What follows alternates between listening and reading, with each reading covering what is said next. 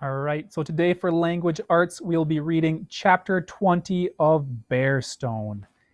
And just like it was earlier this week, you can choose if you want to watch this Ed puzzle and follow along as I read to you, and we will answer the focus questions in the Ed puzzle, or you can read the book by yourself, listen to it on Bookshare, and answer these focus questions by yourself too. So the choice is yours. You don't have to do both. You can either watch this Ed puzzle and answer the questions in the Ed puzzle, or read by yourself and answer the questions by yourself. So let's get started here. Let's start with a little bit of a review of what happened at the end of chapter 19. So we know that Cloyd just watched Rusty shoot the grizzly bear, and Rusty told all of his friends that the bear was attacking him, and that's why he had to shoot it.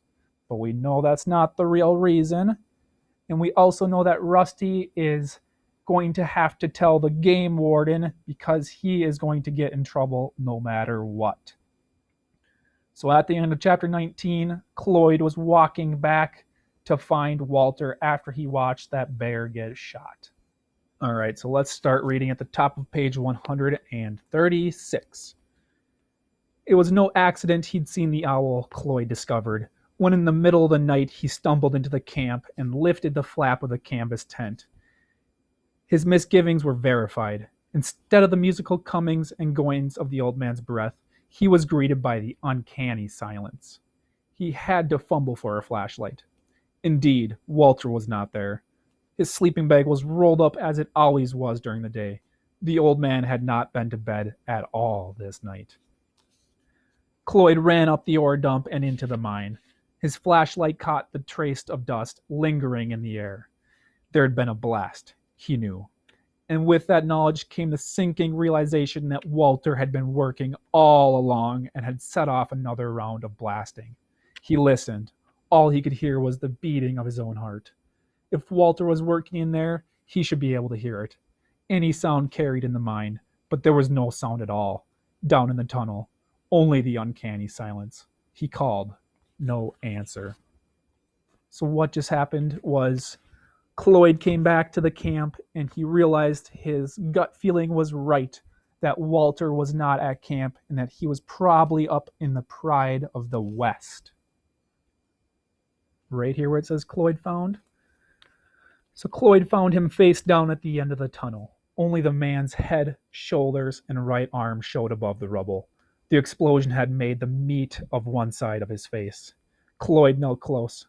Walter was still breathing, but he was unconscious. There was a nasty gash in his scalp on the back of his head, and it was all matted with blood. Cloyd went to work to free the old man from the rubble. He worked with the flashlight in his teeth so he could use both hands. It took time. He fought the panic that was making his head swim. He had to be able to think. What was he going to do? How much time did the old man have? The legs were pinned badly, but at last he freed them, and then he saw the fracture. Surrounded by blood and dirt, the broken bone of the old man's lower leg was sticking out, and it had a sharp point on it. Cloyd felt dizzy. He felt the panic rising, and he fought it. He had to get Walter outside. He picked him up as gently as he could and started out of the mine. He didn't know if he could be strong enough to make it, but he clenched his teeth, straightened his back, and kept moving. Cloyd let the flashlight drop from his fingers as he reached the portal. Outside there was moonlight and even the first hint of dawn. Then it came to him. His only chance to get help fast. A helicopter. A helicopter was going to get the bear. He stumbled and then recovered. It felt like he was carrying 300 pounds.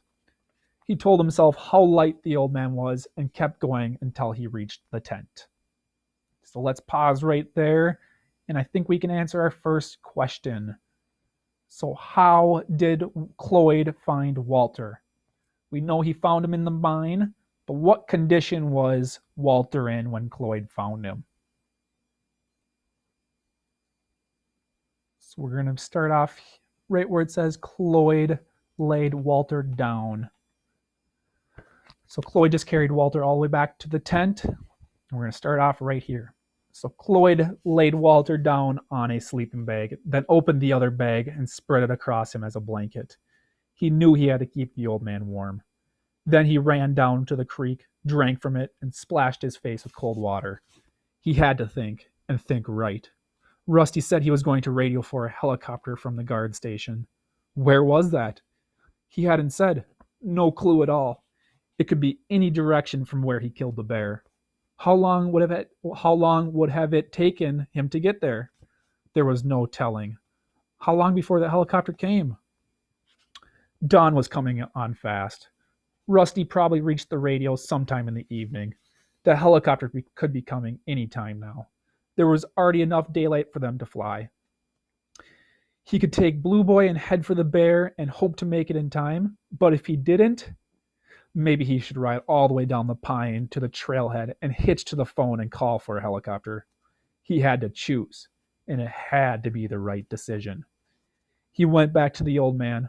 Walter was so hurt, and he was so fragile. There wasn't enough time to ride all the way down to the Pine River, Chloe decided. There just wasn't enough time. He left drinking water by the old man's shoulder in case he came to, and then he straddled the roan. Cloyd walked him to the creek, where he took a long drink and then a second. Now we're going to ride, Blue Boy. We're going to run. I want you to run like you've never run before. So Cloyd kind of just realized that he has two choices to get Walter help, and that he has to make the right decision in order for Walter to survive. So he can either go radio for the helicopter, or he can take Blue Boy to the bear where the helicopter is going to land. So let's pause there, and I think we can answer our second question. So what were the two choices Cloyd had to get help for Walter?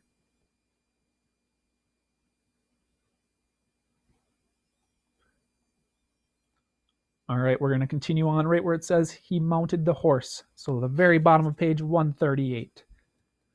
He mounted the horse and took off flying. They galloped down Snowslide Creek and then up the pine until they were slowed by the steep Rincon Trail. Was there time? Was he doing the right thing? The roan was climbing and climbing. His gray coat was soaked with sweat, and in the morning light it shined with a royal blue. He drank from the Rincon stream when they reached the meadow, and then he broke into a canter when the trail leveled out on the long upper basin. Attaboy, Blue, Cloyd encouraged him. Attaboy, Blue. Do it for me. The climb out of the Rincon slowed them to a walk again, and it seemed to take forever. The sun was coming fast. Noon wasn't that far off. When they were still in the thick of the mountain willows, he heard the chop, chop, chop of a helicopter and then looked up and saw it for a moment. He waved frantically, but he knew there was no way he could have seen it. At least the copter is heading toward the bear, he thought. It couldn't be on its way out. The last pitch up the divide was steep and slow, and the precious minutes were flying by. Finally they topped out. The roan's mouth was all covered with foam, and the sides were heaving. Cloyd urged his horse down the other side. Run, Blue. It's going to take off. We're not going to make it. So Cloyd and Blue Boy are running towards the helicopter because they need to get Walter help. They came charging off the divide. The helicopter came in sight with its whirling blades and the awful noise and commotion they stirred. It was still on the ground. Cloyd couldn't see the bear. It was already loaded. 4 men were walking back toward their horses and holding onto their hats. The roan pitched up to a stop, and it wouldn't budge. Not the chopping and the scent of the bear all around. So the horse is scared to continue.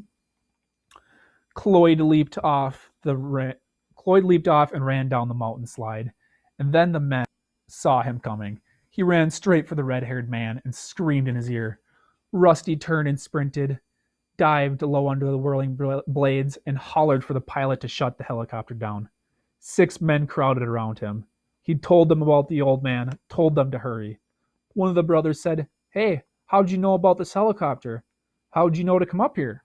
The red-haired man was watching him closely, and so was the game warden. Cloyd didn't answer. He yelled at them and pleaded for them to hurry. They dragged the bear out of the helicopter. It was enormous. You get in with me, the man in the uniform said. You and me and the pilot. Rusty will take care of your horse. Tell Walter, said the outfitter. Tell him I'll bring all of his horses and his stuff out. Tell him not to worry about a thing. Cloyd looked up and saw the red-haired man's eyes. They were full of concern for his friend. They were even kind for once. The man leaned forward and said, You done good, boy. However you done it, you done awfully good. Cloyd looked away. He saw the bear all in a heap with its teeth showing and its tongue caught between them. Flies were buzzing all around, walking in its mouth and on its eyes. Let's get moving, the game warden yelled. He gave Cloyd a push and a boost, then climbed in himself, using the bear for a step. The copter started up and then they lifted off. The men and the bear shrank below, and Cloyd caught sight of the Blue Boy in the mountains. And then they cleared the divide and headed down the Rincon toward the old man. So how did you know that helicopter was coming? The game warden asked. Do you know something about that bear? Cloyd knew that Rusty would have told the game warden something like what he told his brothers. That the bear charged and he had to defend himself. He thought about how it really happened. How the bear stood up, sniffed the wind, and then took the arrow in its neck. He knew this was his chance to get back at the red-haired man, to really show him his chance to get revenge.